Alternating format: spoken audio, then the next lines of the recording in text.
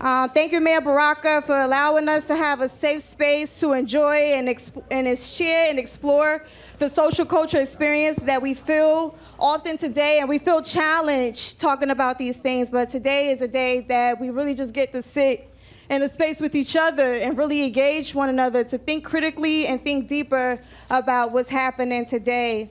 I know it might be a little bit uncomfortable, but if you want to just like hug your neighbor, pound your neighbor, right? Just to collectively say, we're still here together. Because the movie was intense. I felt a lot of emotion watching it. So I'm sure you did too.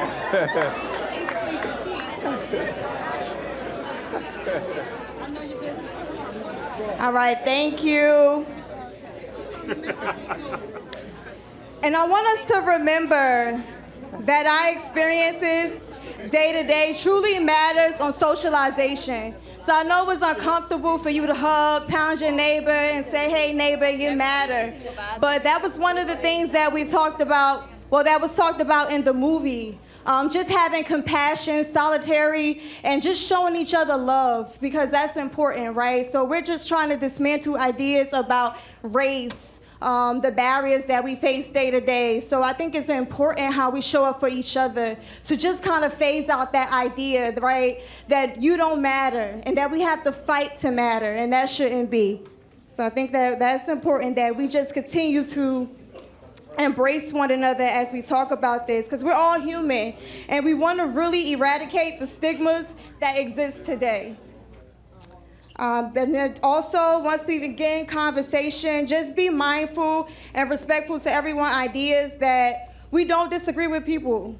We disagree with ideas, right? So our mayor, our superintendent is here today to engage in conversation, but they're just moderators, and it's really about you, really about hearing your voice and seeing how we can be better collectively to dismantle ideas in our schools and also dismantle ideas in our community, in the city, right? Because it might seem minute and it might seem small, but there's a bigger world out there. So once you graduate and you get into the real world, you'll truly see more of what the movie talk about in a different light. So it's really important that we engage each other here in this safe space to prepare us for the world.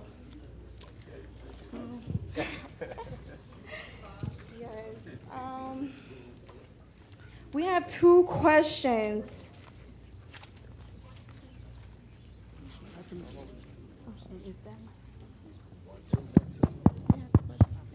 One, two, 1, 2. 2 years ago, a friend of mine.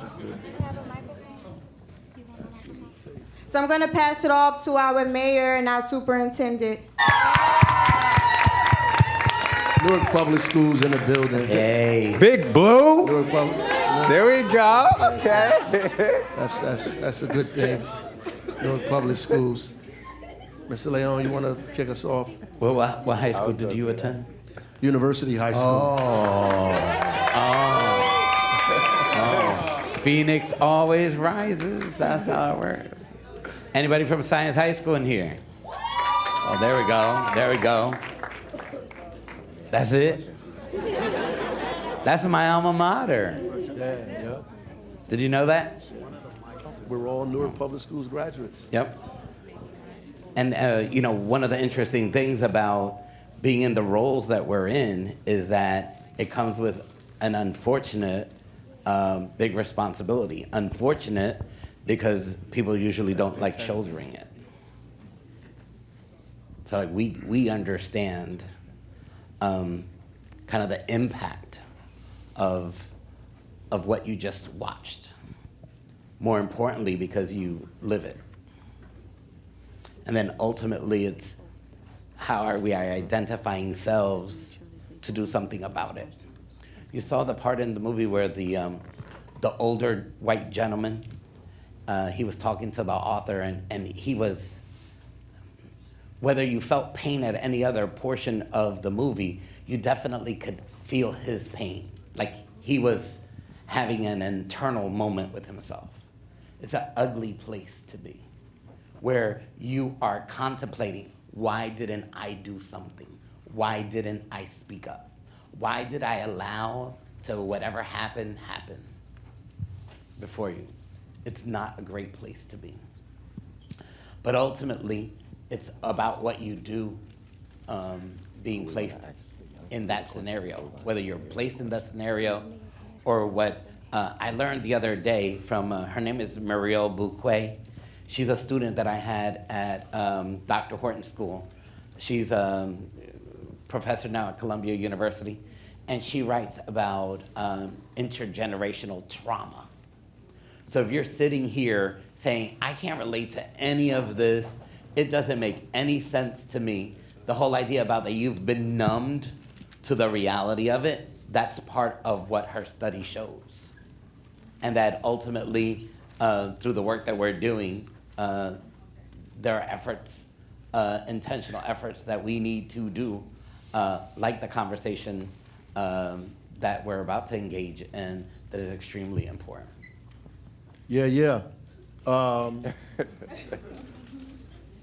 think this is incredible, and I want to thank Dr. Brown, Office of Comprehensive Community Education, for putting this on. These incredible people, Aaliyah, Josiah, all of you for being here today. I just want to thank y'all. Appreciate you. You know, in the state of New Jersey, there is right now a case that has been heard, and it's under mediation now, and a lot of you folks don't know about it. The adults should. If they don't, they should. It's under mediation right now between the plaintiffs and the Department of Education, that the court has told them that they have to deliberately and willfully come up with a strategy to desegregate the schools in New Jersey right now. So at some point, they're gonna have to come up with a plan that's gonna disrupt a whole lot of stuff. They got to come up with a plan to figure that out, because more than half of black students in New Jersey go to schools that are at least 75% black. Still, in New Jersey. And that's not the only segregated community. There's segregated communities all over the state. They've identified communities and schools that are completely segregated in different ways. And how many people play sports in here? I know when you play sports and you go see other schools, you can see how gross and large segregation is, right? You can see and so the state is having a problem with that, obviously. This room looks beautiful, though. There's a whole bunch of different people in here. Religions and folks in here. Looks beautiful. So, we just want the state to resemble this. And we want to, try to lead by example in New Jersey and Newark. So at the end of the day, I want to get right into this stuff because these questions are incredible. And I think you guys are brilliant, right? Yes. So let's get into this. I love that movie. I saw it in the privacy of my own home, but I loved it. It was very instructive. I was telling Dr. Brown, there's some things that, to me that I would debate, but I thought it was incredibly instructive, and the foundation of it was, very informative for me even. I can't see, so please forgive me. One of it says, what parallels do Isabel Wilkerson make amongst the three groups, Black, Indians, and Jews? Who, if we can post anybody out here, right? So I guess. And so in the movie, Isabel Wilkerson, the author of the book Caste, which is outside. By the way, you're gonna grab it. Superintendent got that for you. Who also is the author of this movie. So she makes a discussion between three specific groups. Just wanted to see if we had any discussion about any parallels that she mentioned in those groups, and anything you want to add to that as well. We have one. Oh, go ahead, brother. The parallels between the three No, are. you have to say your name, man. We can't do that. My apologies. My name is Chase Cromartie. Parallels between the three were the fact that they were all seen as they had sections of lesser than. Well, can I ask You a can question, do whatever everyone? you want to do, man. Okay. As long as it don't hurt nobody. Actually, I'm going to ask you first. Did you, when you were born, get a certificate of superiority or inferiority? No, I didn't get one. Any of you? It didn't sound Because it confuses me the fact that the Black and Latino community make up for more than 85% of every workforce in America, yet we seem to have the stigma that we are the lesser than. We make 80% of this country's economy, yet we are lesser than. And somehow that's just confusing to me, because if we make the country's money, how are we lesser than? If the people that are seen as lesser than clean the toilets and work day in and day out to find some kind of living for themselves, while the people who are higher than are seen as more important, that doesn't make sense, because if we're doing the work, how are they better than us?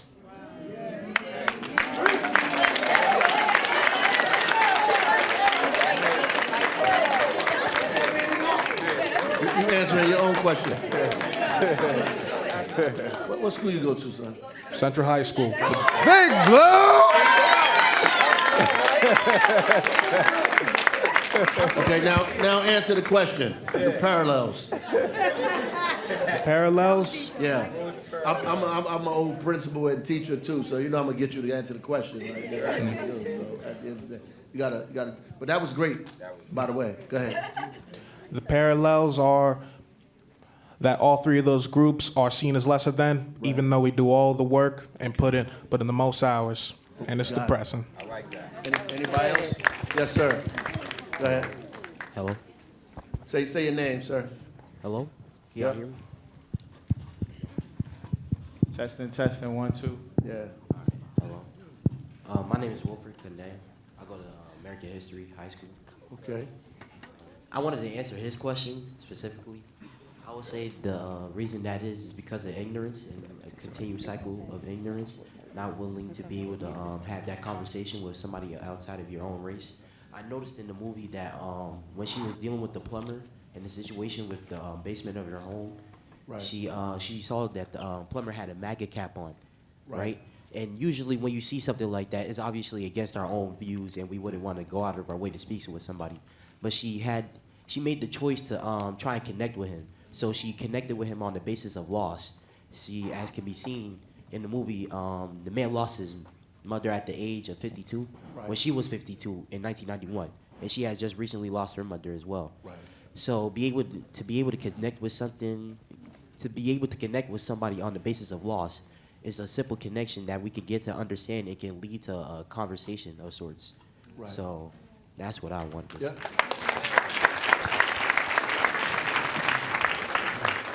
That's all right. I think Hello? Shamar. Yes, sir. He's right there. Mark Not is right Shamar, there. right here. Yeah, the taller Shamar. And then I have a question up here too. Okay. All right, so to actually answer the question, the parallels being presented in the movie are around the theme of racism and how we usually default to racism to answer a question. So in America, we usually go to racism, and Ms. Wilkerson, what she explores is that it's more than just racism, it's a caste system. So to defend her claim, she uses examples from outside of America, India, and in Berlin. In India, they have the caste system. I forgot what they're called, the Dutats, or The Dalek. yeah, the Dalits. They're basically the lowest at the caste system, and she uses this as an example in America. For example, the Jews, they're being exterminated, and she does a way better job of piecing it all together, but it's essentially not just racism, it's a caste system, it's institutional. So racism is just a blanket term, but deeper rooted in the problem, it's a caste system. And to truly be free, she says we have to demolish this caste system. And this is the parallel that she explores. Right. That's great. Yeah. You got to ask a question, man. Before ain't no more questions. Up here. Can I get my name? All right, my name's Jabari. I'm from American History, and I believe that parallel is like she stated it in a line where she said that they don't believe that we're below them. That's why they use other people to believe so. We're propaganda Right. and other forms of tactics to make everyone else belittle each other rather than they belittle one person at a time. So I believe that the parallels are in the forms of the propaganda making everyone else, like, making everyone else not fear each other, but look at each other as less. That's why the caste system is involved. The hierarchies enforce the propaganda that is created. Right. Wow. Okay. Smart. My name is Mayama Marva. Two more. We're gonna let some other people ask some questions up here. Pardon me? I don't want to dominate the entire thing. Go ahead. Pardon me? All right, my name is Mayama Mara, and I attend University High School. To answer the question, the parallels that are illustrated in the movie between these three major groups is through the systems of oppression. So basically, slavery, the Holocaust, and the Dulles. So pretty much with all three systems, or all three events, it presents a caste system in which there's always a minority group, and it ties back into racism, but then again she goes deeper and says it's not really racism, because it's like, if we all the same people, how is it racist? So yeah, there's that, but it's pretty much it parallels through all cultures, generations, and pretty much in the form of oppressions.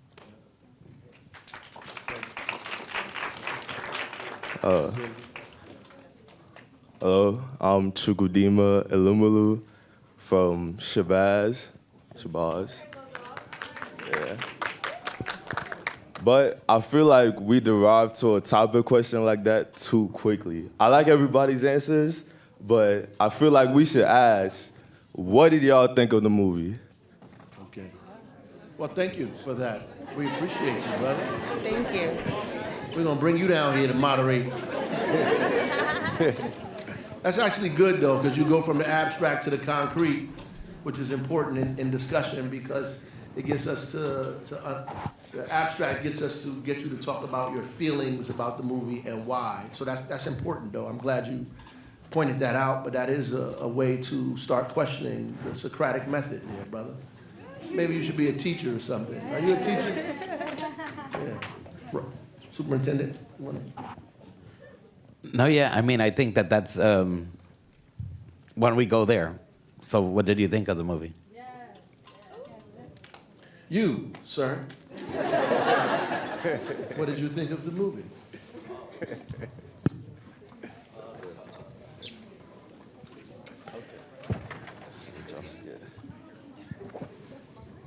Well, my opinion might be a little bit like, alienated from y'all, because it seems like y'all really like the movie, but Speak your truth, brothers.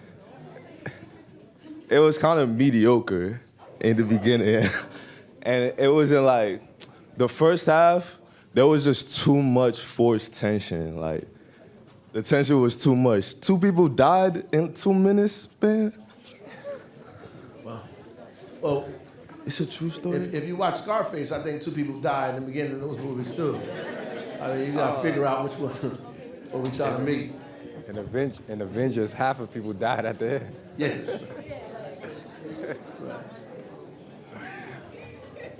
Alright.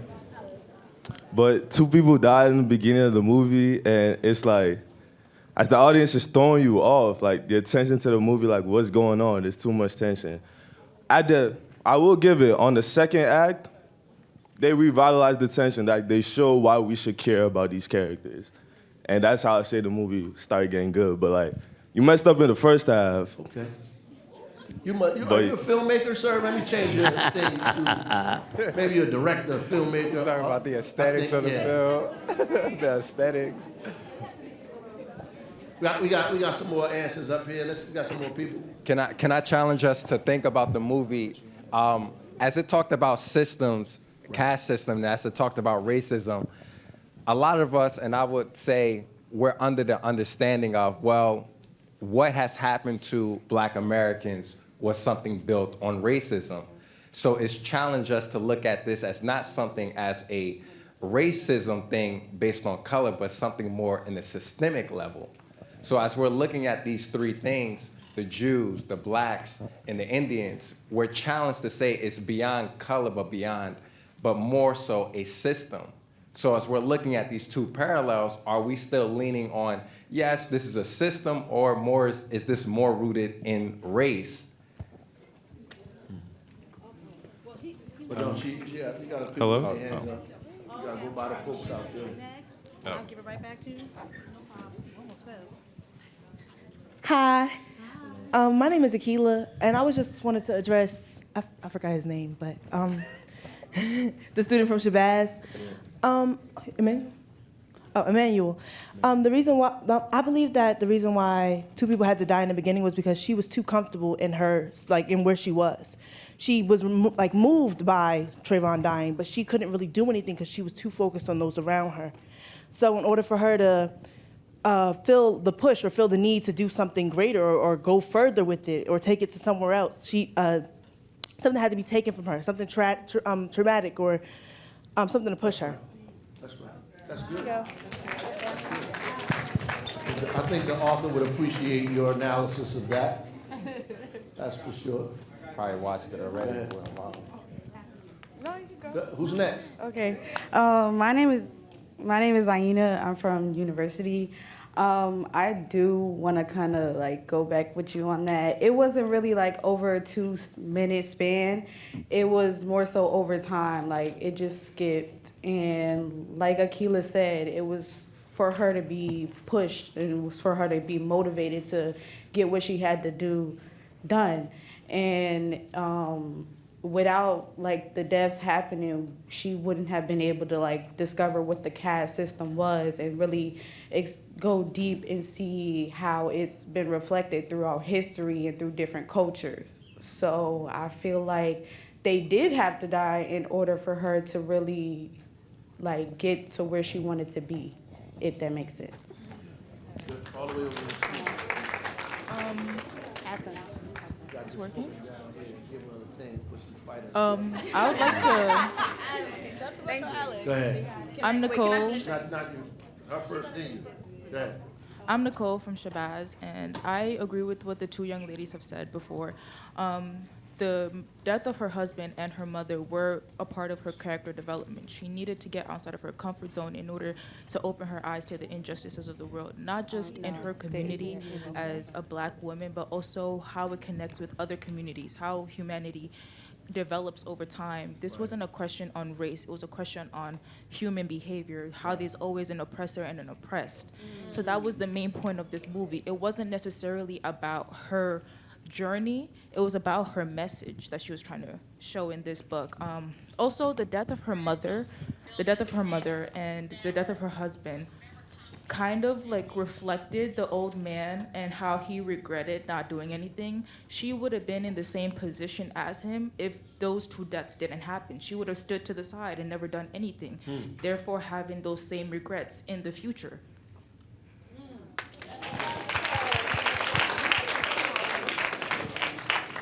You ready? Uh, Let's go. All right. So going back to, what's your name? Going back to what Josiah said, a lot of the things about the caste system and race isn't rooted in racism. It is rooted in like institutionalized, that word, you guys know what I mean.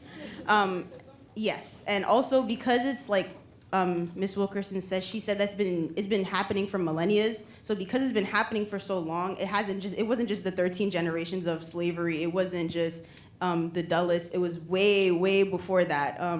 So because it's been happening for so long, people have like got comfortable with complaining about the situation that they're in, but they don't do anything to change that situation because of the fact that they don't think that, oh yeah, like a lot of people say my vote won't count, so they choose not to vote, but they don't realize if everybody comes together and has the same idea that y'all are complaining about the same thing, if you vote to change that thing, everybody's vote is going to count up and it's going to matter. Right. But people, like I said, again, people are comfortable with complaining, so they choose not to do anything because they're comfortable. They're not comfortable, but they're comfortable with the situation that they're in. Or they feel powerless. Excuse or they me? feel powerless and No. they have to figure that out. Yeah. My name is Rodman Harris. I'm from Bard High School. Okay, Bard. I personally believe that the movie definitely illustrated the whole caste system really well. And I feel like if anything, we need to further this conversation into classrooms and into our curriculums, because I feel like it definitely opened my eyes and definitely my peers' eyes. That's great. Yeah, I love that. I want to say one thing. Can I say I like your hair, man? My son's hair is like that, man. He's gonna get like that sooner. Man. I like that. It looks good over there, brother. Go ahead. I wanted to say something to that. There's a QR code, not to distract you right now, but this is going to be turned into a summer-based project. So I think it's true that this should continue to go on to conversation, right? Because it's not a one-time thing. So we must continue the conversation. So if you scan it and put in the information in the Google form, you'll definitely be contacted with more. Thank you. That's great. Can I challenge us a little bit? I want to go back to our sister's statement. And in the movie, when the pair was talking about what the Jews experienced at the dinner table, and then she said, well, what the Jews experience is not what the Black Americans experience. She said they were trying to terminate us. This was built on something of capitalism. So can we argue to say that what has happened to the group of Black American experience was more ventured on racism? What was happening to the Jews was more ventured on something that was based on culture as opposed to system. So there was something that, okay, so it wasn't, Tony made a good point while we were watching the movie. For a long time, Black people were sought out to be exterminated, especially in the Deep South during Jim Crow time. If you were just seen as a Black person walking across the street, you were at risk of being killed. You couldn't leave your house without being the risk of being killed, and that kind of still happens today. It's just not as bad as what it used to be. Yeah, it's not as prevalent as it was a couple decades ago. But people fail to realize that the 1950s wasn't that long ago, y'all. Like, it really wasn't. It's just a few decades ago. So for people to like try to seem, okay, yeah, that was so long ago, a lot of things has changed. A lot of things hasn't changed. It's just been covered by people, again, being comfortable but not being comfortable. They choose not to come together. They choose not to change the situation that they're in. But they will continue to complain about what's going on, what's wrong with their community. Oh, this hasn't changed, or the roads are bad. Okay, vote for something to change. Vote for better education systems. Speak up for the community. Talk to the mayor. Talk to your governor. But again, people will not do that because they feel like they're powerless. But you're not powerless until you come together. Right. I think one of the young people over here said, and this is, you're next on this question, said that either you or a young man with Shamar, right? Is his name? Yeah, Shamar. Yeah. Shamar number one. And, that it is systemic, but people use specific things, whether it's race or religion or last name or national origin, as a means to, well, I think somebody over there said it as well, to perpetuate this kind of caste system that's created. So there's many reasons why people create caste, right? There's many reasons why people do that, So go ahead. Okay, my name is Favor. I'm from American History High School. So basically, I had a question: is the caste system natural? Do we eventually get there as humans at some point in history? Because I remember watching the movie, and she was talking about the different places where it happened, like Germany, the U.S., and also drew a connection to the Rwanda genocide. So we just have a lot of stuff all around the world and in history where we have seen the caste system happen at. So it's at some point, do we eventually get there? Well, I think that, this is my own opinion, I think that it's primitive. And because we have advanced technologically, but not intellectually and sociologically, that the machinations or the machines that we've created still perpetuate our primitiveness. We're still, so it's primitive to believe that everything is scarce and we organize around scarcity and that we have to hoard one thing from other people and decide who gets to get what and who gets to get nothing, right? And so that power is created, by people through force. And before these systems created, people took things from people by force, right? If you were stronger, if you had better equipment, if you had better tools, you overpower people and take things from them. As things develop, you begin to kind of create systems and laws and rules that perpetuate this idea that you should have these things or have this privilege that other people don't have. To me, that's primitive. That's a primitive kind of thinking that exists. That's why the university is important. It's crazy to believe that in a university they don't want diversity because they're still operating from a primitive mindset, right? I just think it's primitive for us to believe and operate this way, right? And so you raising that point is the basis of it all that we should be talking about. Like, we could talk to people millions of miles away on our phone or on the internet that we couldn't do 15, 20 years ago. We could travel the world without leaving this place here, just on social media. But we can't make sure that women don't die in a hospital giving birth. I just think it's primitive, that's it. And we have to figure that out. As students and educators, we have to figure out how to take the world socially and intellectually in another place besides where we are now. Yeah, you know, Mayor, I think that you raised a couple of points. Actually, the last three speakers raised a couple of really important points. And then the dangers of where we are today, unlike ever before, is that because of social media, because of the access that you have, even before the older people in this room, the opportunity to have history repeat itself and its ugly past is, I think, at risk and very prevalent. So that countering it will also have an even intentional, better effect. And I think that there are two ways that we get there. What you're talking about, what we do in school, is extremely important. And what's important about today, and I obviously appreciate, you know, the staff that's here with all of you, is that you're here and it's not another group of students. Not that we can't do this with all of the students that we have, because obviously that's definitely a must do. Your realities come next year being on the college campuses that you're gonna be on. You're gonna see not this room on your college campuses unless you're at an HBCU. And the realities of what you're learning now and later are going to, you're gonna realize it probably faster than what we've prepared you for. And what we need to do on the curriculum end is really analyze what we're doing, what we're teaching, and make obviously some important changes to not only pivot seniors getting ready for college, but all of our other students across the grades. And then that brings me to you, which I do think you have the real answer to it all, that the power of the vote is extremely important. And the reality is that people who do have the right to vote either aren't registered to vote, so that makes me ask, well, we have a 17+ campaign. Anyone in here who's 17 years or older should have already registered to vote. And if you didn't, how many of you are registered to vote? So I should see a bunch of hands going up. Okay, good.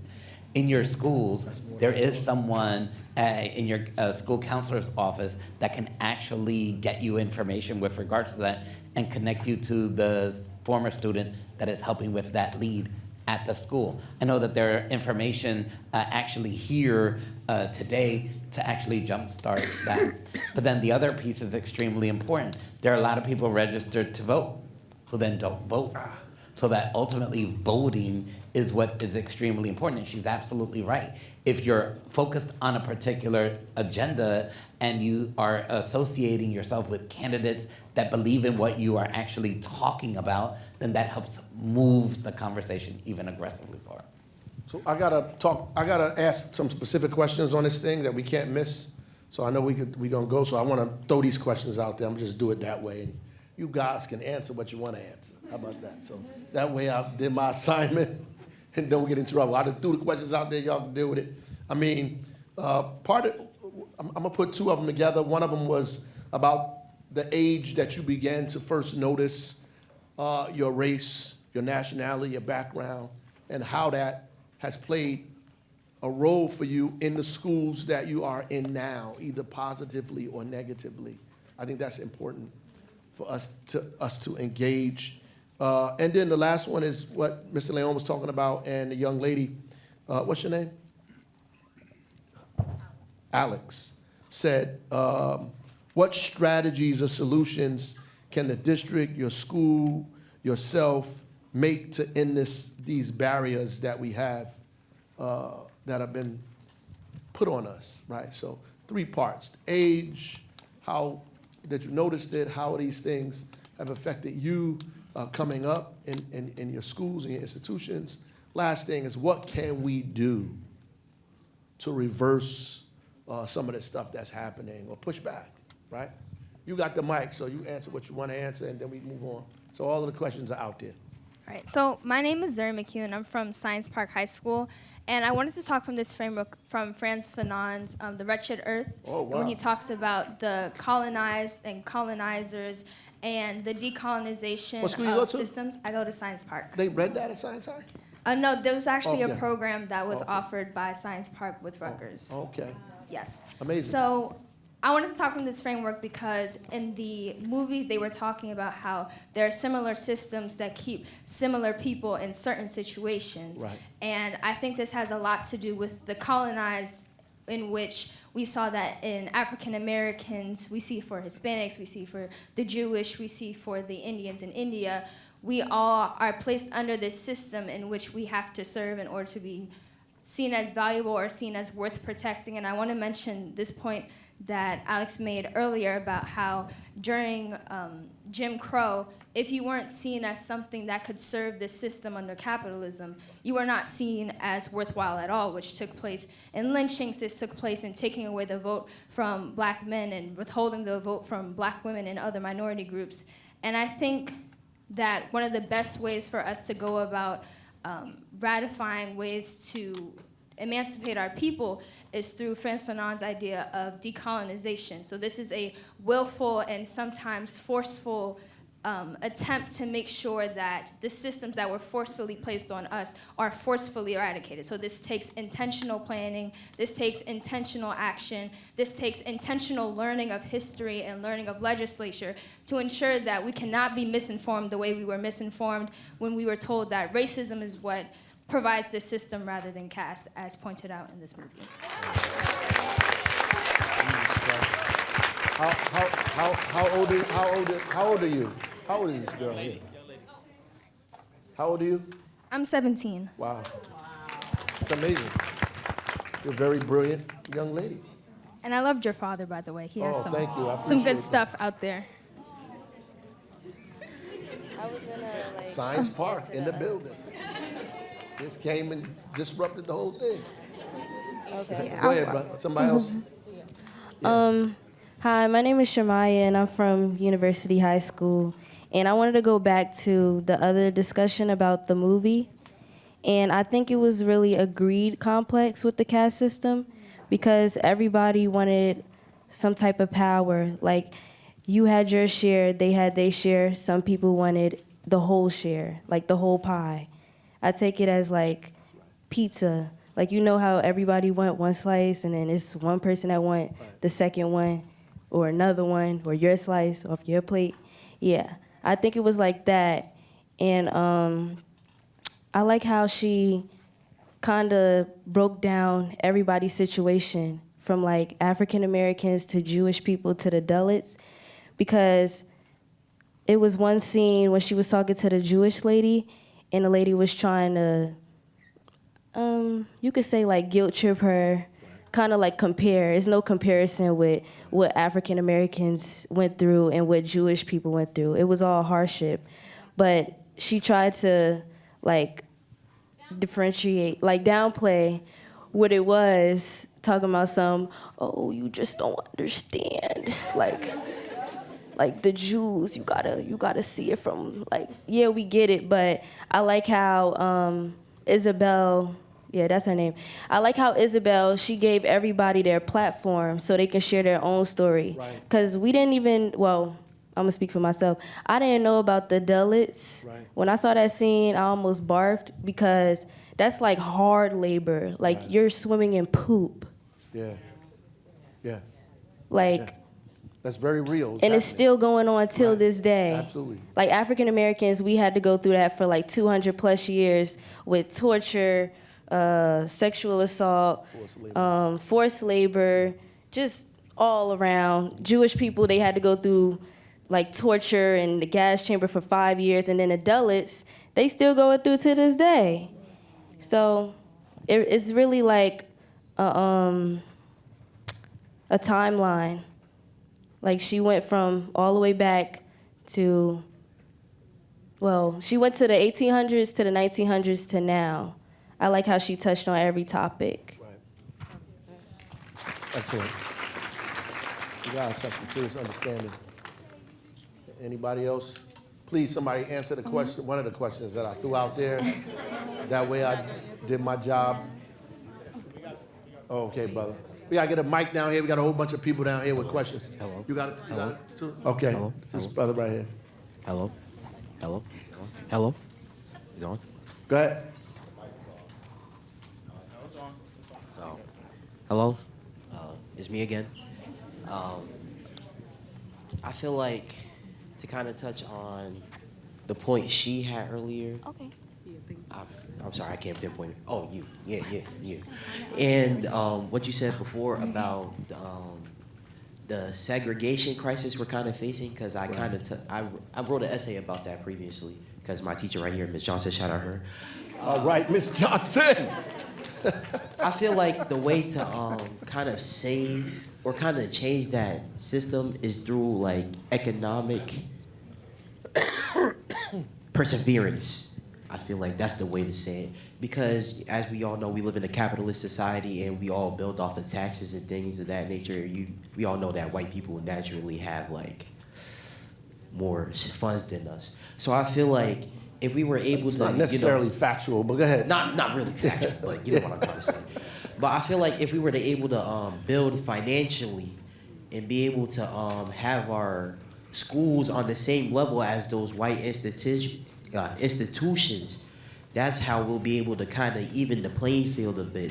So through things like home ownership, businesses, things of that nature, we'll be able to finally raise up eventually into that kind of level. Not saying that we're naturally inferior to them, like the caste system is trying to portray us as, but if we were given the opportunity to have that type of ownership and that type of perseverance, we'll be able to, even the playing field easier, in my opinion.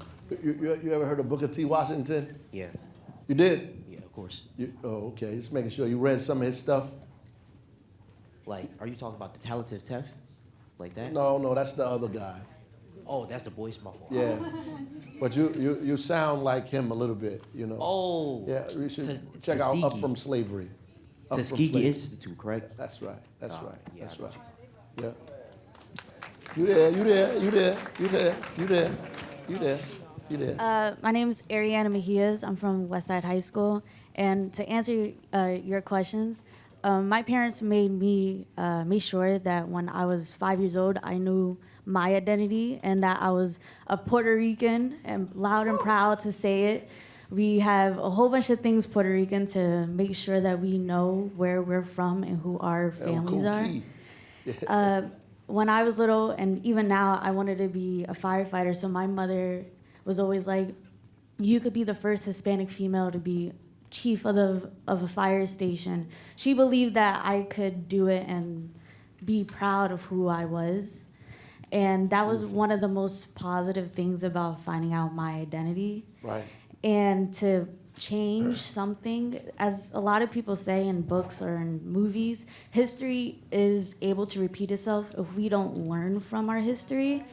And I know my opinions are very different, but in the movie, when the German lady's talking to Isabella, she explains how that the Jewish went through extermination and 60 million people died.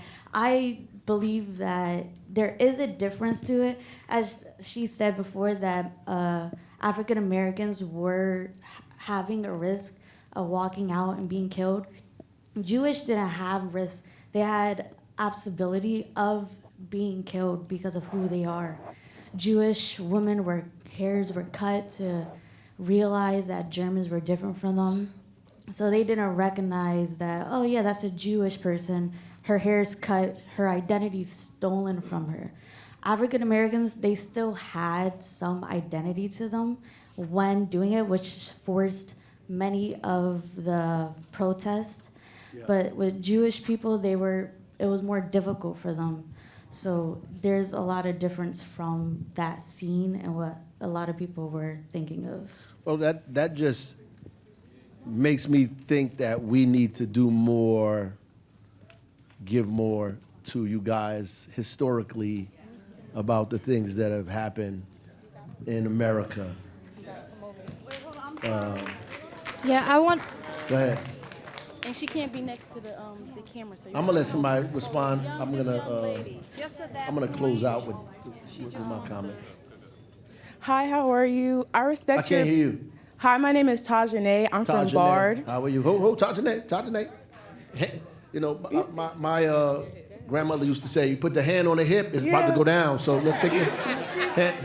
I knew a group that had, yeah. I respect your opinion, There you go. but I don't fully agree with it There you go. because someone going to you and enslaving you for 400 years and you still being oppressed to this day, we don't need, it's 400. Okay. Yeah.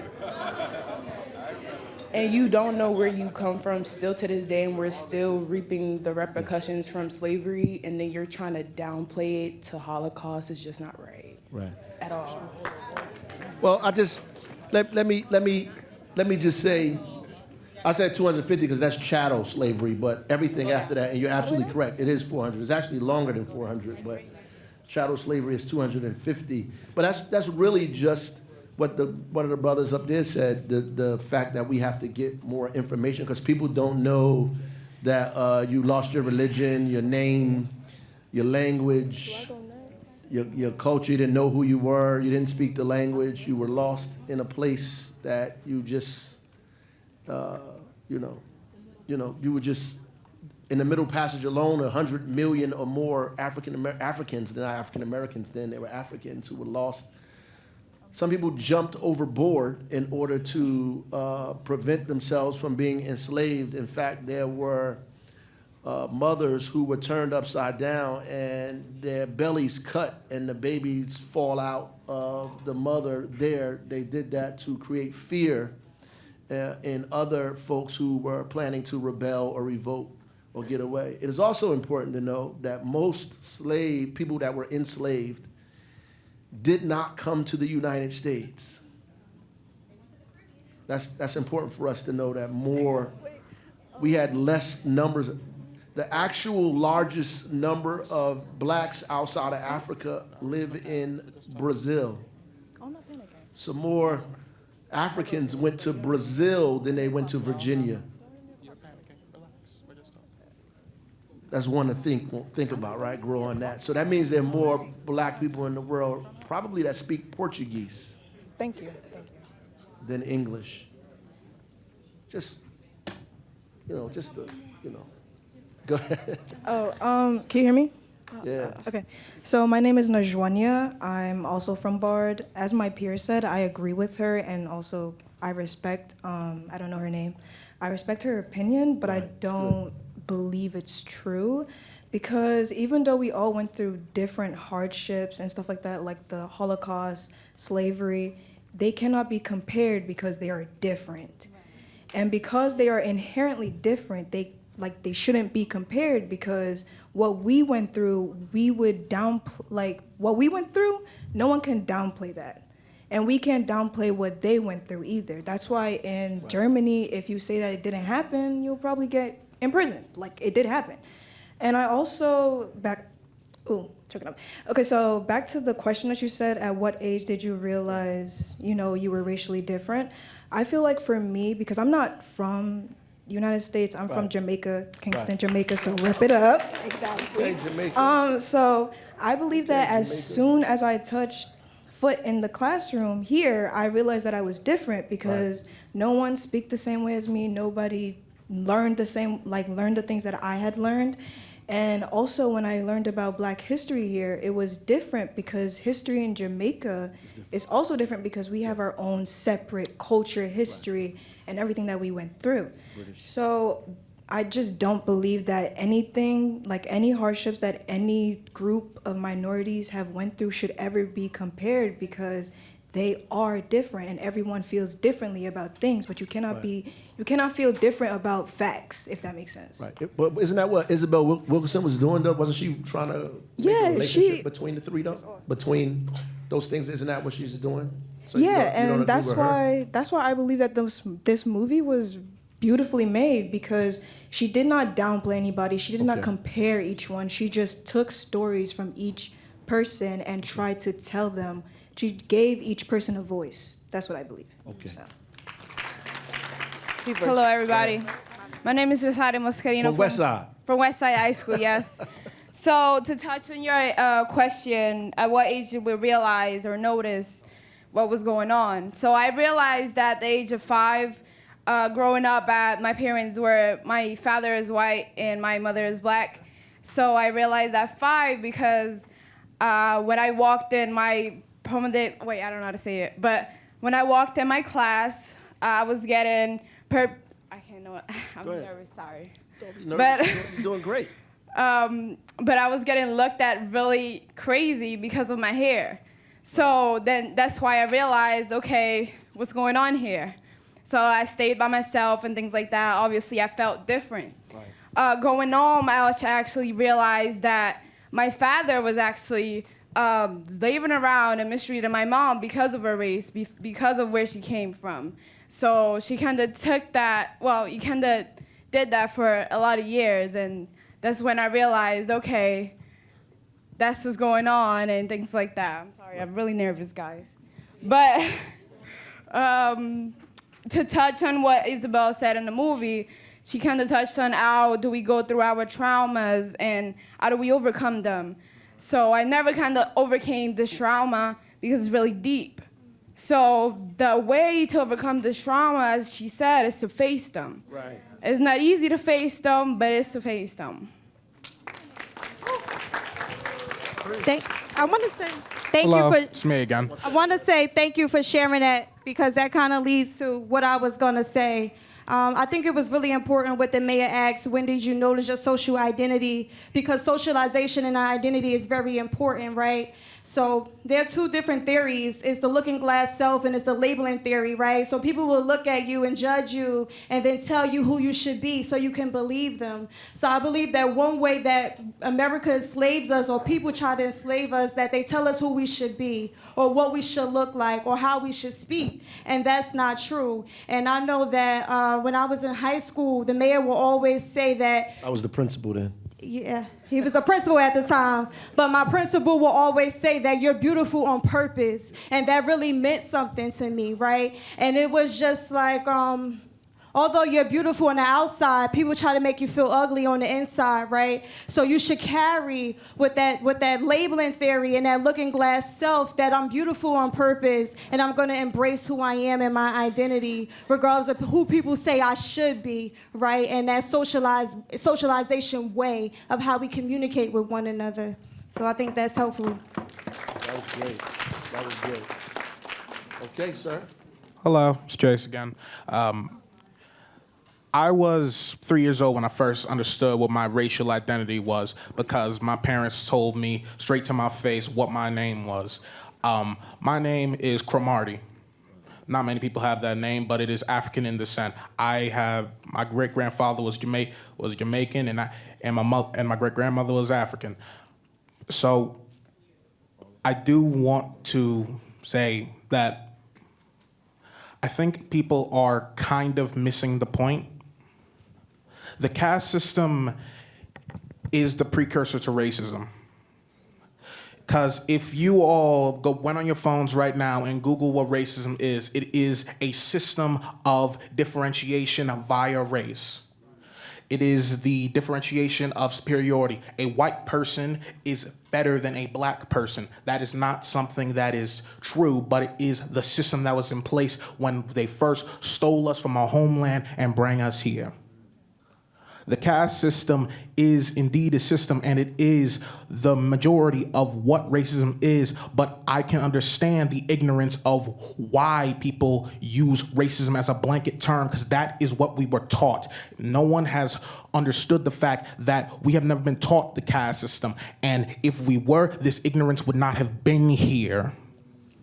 So I must say, I do not believe that we should be describing that slavery is an act of racism. It is the most bare bones and fundamental version of the caste system in the most brutal and unimaginable way possible. It has happened in many other countries because the Jews were enslaved. They were killed and they were quartered and they were done so many horrible things, but so were our people. Everyone has had the caste system placed on them via racism, via torture, via so many things. And I don't believe that the schooling system should only put this towards racism. Okay. 1, 2. All right, we got a couple more, and then I actually got a couple of meetings, folks, so we got a couple more. Go ahead. Hello. I enjoy you guys. Test. Go ahead, sir. My name is Burhan Dawson. I go to Bar High School. I asked that. I want to relate to what he said. It's more of, it's like racism is a type of, or like merges into the caste system. Not that they're two individual things. Right. It's more of a category within the whole, or a subject right. within a category. That's right. Whenever you want to say it. So like in terms of, it can be in any way. The diversity, it can be from race, religion, anything. Each person has their own form of being separated from what people think is the norm during that specific time. So my specific question is like, do you believe that it's more of a specific societal matter, or is it more of a social matter resulting in a corrupt society or an unjust hierarchy? I think the hierarchy is unjust, fundamentally is unjust. The hierarchical system is unjust fundamentally, right? And I think that we associate, as Aaliyah was pointing out, we associate definitions to different specific groups of people, and we associate behaviors with specific groups of people, and we identify specific groups of people as lesser than others for a specific purpose. And the purpose is not simply because, and I think that's what you're getting into caste, it's not simply because I don't like this person.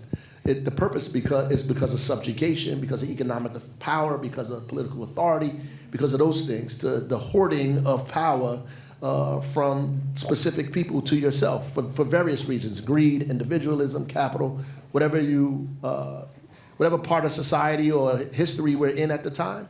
I think that's what that's about. People do that. And these definitions, these societal definitions, the superstructure, as my father would call it, these definitions, whether they're religious definitions, they come from a school, a journalist, or whatever, these definitions help perpetuate or keep alive the caste that exists, right? So it even makes you believe that you belong at the bottom in that caste. That's the only way that it could actually perpetuate itself, is what the young lady said here, which is keep people at the bottom believing that's where they're supposed to be. Right. And the kind of hopelessness that surrounds that creates these behaviors that make people kind of perpetuate. Carter G. Woodson said, if there was no back door, we would create one. And if it didn't exist, we would create one just so we could go through it, right? That's what happens when miseducation goes to that level, right? So what you're saying is right, and I think everybody in here has been absolutely correct. I think the only thing that's missing is some real concrete history in some of this stuff. Because ultimately, what you should know is that's why I made the point before about people who came from Africa to the United States, is that slavery or enslaved Africans visited every part of this hemisphere, right? So they stopped in Cuba, Puerto Rico, Dominican Republic, South America. So people were enslaved in Puerto Rico. People were enslaved in Cuba, in Dominican Republic. This is just history. I'm not, this is what history says. There's a book called From Columbus to Castro that talks about slavery in Cuba, right? And slavery in the Caribbean, whether it's Spanish-speaking Caribbean, or the English-speaking Caribbean, or the French-speaking Caribbean, who were Africans. That's where the term mestizos come from, the mix, because it's a mix between African, European, right, and Indian, right? Whether it's Taino or Arawak or the Blackfeet or Cherokee, the Indians who were there already before you showed up, the Europeans who went to Africa and brought Africans there into the Caribbean and mixed between those families, right? And so the caste system makes people want to be more European than African. Because the caste system associates power to Europe and whiteness and powerlessness to Africa and darkness. So people want to associate more with power, with freedom. That's just natural human inclination, to want to associate with the on top. I want to win. So the winners are Europeans and people who we believe are white. Though in America, there are more white people that are poor than African Americans by sheer number, we automatically believe that poverty is a black thing. But it isn't. It is an American thing. Right? And so those are the things that we need to really wrestle with so we can understand some of the stuff we're talking about.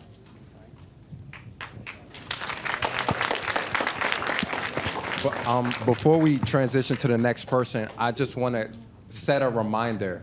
As we're listening to everyone talk, a lot of us are talking from our own unique experiences. So let's just keep that in mind, and let's try to grow in our connection to better understand what people are going through. So as we're listening to things that may feel like a challenge, that may emotionally rattle you in a degree, keep in mind that this is a unique experience that you just never heard before. So this space is for us to better understand each other as we're listening to each other. Beautiful point. Come on, we got a couple more. Solutions. Before, let's end with some solutions. You didn't answer that question. And Leah pointed to that question as I told y'all that. You didn't, nobody answered it. So somebody want to talk about some solutions before we get out of here? Hello? It's Nicole again. And I'm not sure if this is a solution, but it's one of the solutions that she offered in the movie. And that solution was reflection. We are doomed to repeat the past if we do not learn about it. That is something that she was trying to enforce in there, and that is why she made that connection through different cultures, from the Jewish to the Dati, was that correct? To the African Americans, was to show that we are not alone. We are all connected. And so if we would have known about the system in India, we could have looked at it and reflected it on ourselves. And we could have said, hey, this is similar. What's happening to us is not unique. It's something that's happened before. And it's also a part of human nature. My friend said that humanity has already conquered the animal kingdom. So what is left is to conquer each other. And in order to do that, we have to dehumanize each other. Right. So that is why this appears over and over and over again. And in order to solve this problem, we have to learn about it, which education is key, where the intention to learn our history, as somebody said, was very important, because if we do not know this stuff is happening and it's happening again, we're gonna have to start from point one. We're gonna have to realize we're being oppressed, find a system to fix it, and then we're at a stable place, and then boom, it happens again because we did not learn our history. Right.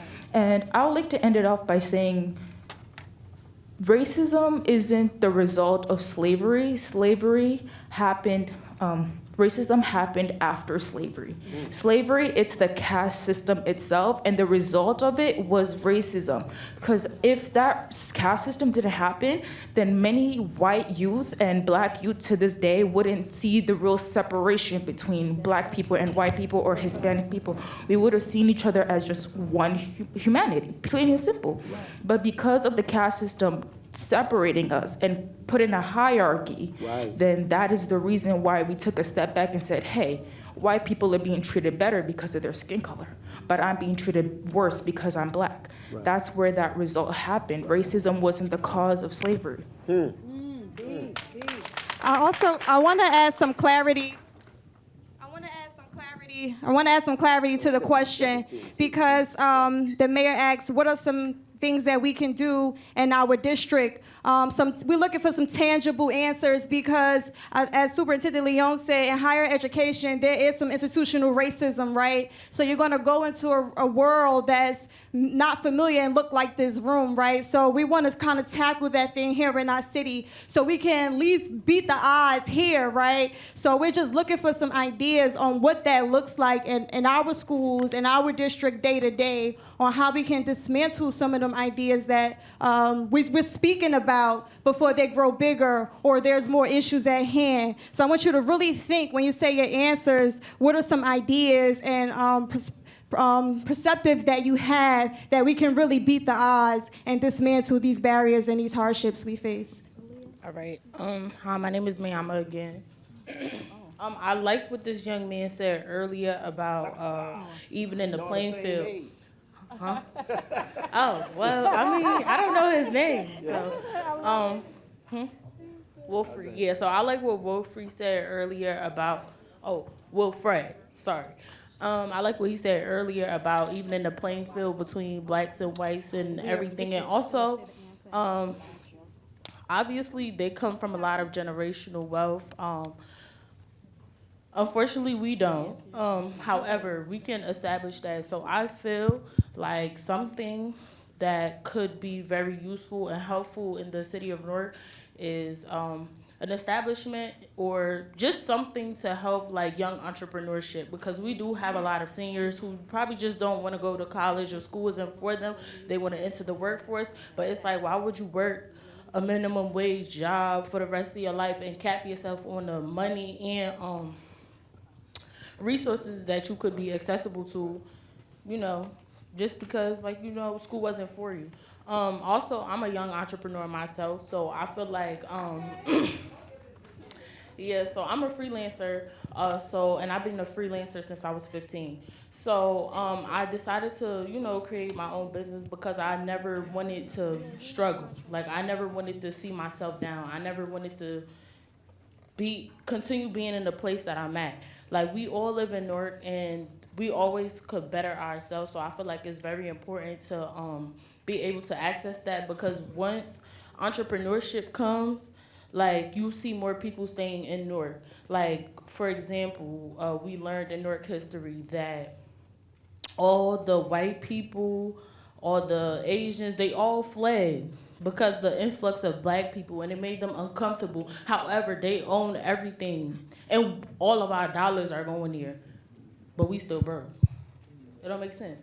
So I think more opportunities for, black young entrepreneurship and also homeowners, stuff like that. Yeah. Thank you. So we have this young lady.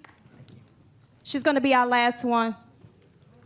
Okay, hi, I'm Rozelle. I'm from Bard, and you asked solutions. So I feel as though we should add more African American literature into our courses. I feel like I'm kind of sick of learning about African trauma. I'm not gonna lie, y'all can take that how y'all want, but like I feel like we've progressed as a people, so we need to start learning about that. Yeah. So I want to say thank you again. Thank you.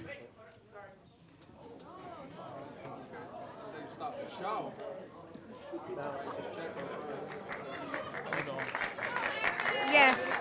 Okay. The buses are outside. Yep, the buses are outside. Quick. And we want Leon to finish this off anyway. So, Yeah.